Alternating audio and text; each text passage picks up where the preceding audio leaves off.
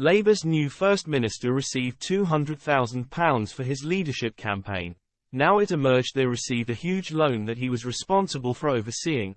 Labour's new Welsh First Minister Vaughan Gething is under mounting pressure as an already rumbling donor crisis sparks calls for a formal probe after further revelations.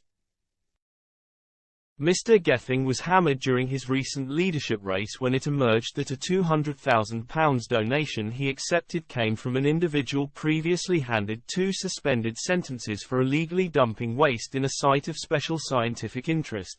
Mr. Gething pocketed the huge sum from Dawson Environmental Group, which is owned by David John Neil, who was accused of substantial and serious pollution. The row nearly cost the leadership victor of his job, as furious Labour Welsh Assembly members warned of huge disquiet over him accepting the donation. Despite calls for the cash to be returned, Mr. Gething has ignored criticism, insisting that all donations were checked and then filed properly with the Electoral Commission and indeed declared to the Senedd. Yesterday the First Minister was plunged into a new crisis of confidence, when it emerged that Dawson Environmental Group received a £400,000 taxpayer-funded loan from a bank Mr. Gething was overseeing. The donations to Mr. Gething's campaign were made less than a year after Dake pocked the enormous loan by the Welsh Government's Development Bank.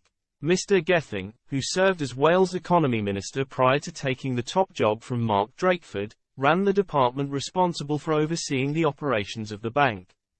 The Development Bank of Wales, DBW, lent the money to Neil Soil Supplies Ltd, and was used to fund the purchase of a new solar farm.